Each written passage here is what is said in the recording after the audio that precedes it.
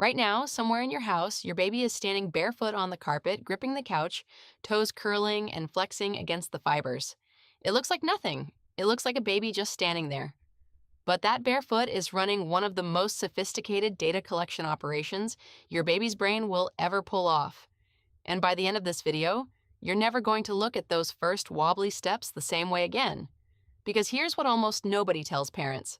Walking doesn't start in the legs, it starts in the skin.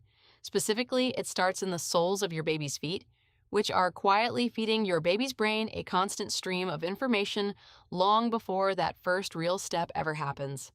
And understanding this one shift from thinking of walking as a leg skill to understanding it as a sensory skill is going to change how you watch every wobble, every waddle, and every plop onto the floor from here on out. Let's start with why the feet matter so much. Your baby's soles are covered in one of the highest concentrations of nerve endings anywhere on the body, similar in density to the fingertips. Every single time your baby's foot presses into a surface, whether it's carpet, hardwood, or grass, that foot is sending back an incredibly detailed report. How hard am I pressing? Is this surface soft or firm? Is it flat or uneven? Am I sliding or gripping? All of that information travels up through the nervous system to the brain, where it gets used to build something called a body map, a constantly updating internal sense of exactly where the body is in space and how it's balanced on the ground. Here's the part that makes this so remarkable. Your baby isn't just standing there passively while this happens. Every subtle shift in weight from one foot to the other, every curl of the toes to grip the floor, is your baby's brain actively testing the surface, almost like a scientist running tiny experiments dozens of times a minute, just to keep building a clearer and clearer picture of the ground beneath them. So is this actually backed by real research, or is it just a nice way to describe a baby standing around? Let's look at the proof.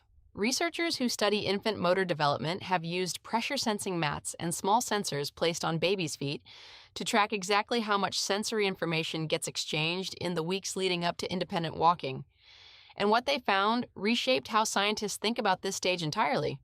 Babies who got more varied surface experience in the weeks before walking, different textures, different levels of firmness, different amounts of traction, tended to develop steadier, more confident steps sooner than babies who mostly stood and cruised on one single type of surface. The researchers concluded that the feet were doing far more than just holding weight. They were functioning like an information gathering system, and the more diverse the input, the faster the brain could build an accurate model of balance. In other words, that seemingly boring task of standing on the carpet, then the tile, then the grass, isn't just cute. It's your baby collecting the raw material their brain needs to solve the entire walking problem. Which brings us to the concept I want you to walk away with today. I call this the sensory antenna. Think of your baby's feet and hands during this stage less like tools for standing and holding on, and more like two antennas constantly broadcasting signals back to a central control tower, the brain. The feet are sending back data about the ground. How stable is this? How much grip do I have? Is this surface changing under me? And here's the part most parents miss. The hands, when your baby is cruising along the furniture, are doing almost exactly the same job. They're not just there for support. They're a second antenna, feeding back information about the baby's own body position, how far they're leaning, how much weight has shifted off their feet, whether they're tipping forward or back. Two antennas, one control tower, constantly exchanging signals to answer one question: where exactly am I right now, and am I safe? So how do you actually support this sensory antenna system while it's building itself? Here's how to put it into practice. Step 1, rotate the surfaces on purpose. Instead of letting your baby stand and cruise on the same living room carpet every day, give them short, supervised stretches of time on a few different textures across the week. A yoga mat, a smooth wood floor, a folded towel, grass in the backyard if weather allows. Each new texture is fresh data for that foot antenna, and variety speeds up the whole calibration process. Step 2, let bare feet do the work whenever it's safe. Socks and rigid-soled shoes are wonderful for outside protection, but indoors, bare feet pick up far more detailed sensory information than anything covered. If the floor is safe and warm enough, let those toes grip directly against the surface. Step 3, notice the hand signals, not just the foot signals. When your baby is cruising along the couch, watch how their hand pressure changes as they reach for something slightly out of range. That shifting grip is the second antenna at work, feeding back body position information. You can gently support this by placing a toy just slightly beyond comfortable reach. So your baby has to actively adjust their hand pressure and weight, giving their brain a richer signal to work with. Step 4. Resist the urge to constantly steady them with your own hands. If you're always the one providing the stability, your baby's antennas don't get the practice of reading the ground and adjusting on their own. Offer a nearby steady hand only when needed, not as a constant crutch. Step 5. Let the wide stance happen without correcting it. If your baby waddles with feet planted far apart, resist the urge to narrow their stance or fix their form. That wide base is intentional, even if it's not conscious. More foot-to-ground contact means more surface area sending back sensory data, which means more safety while the brain is still uncertain. It's not clumsiness, it's smart engineering. Let me show you what all 5 of these look like together in real life.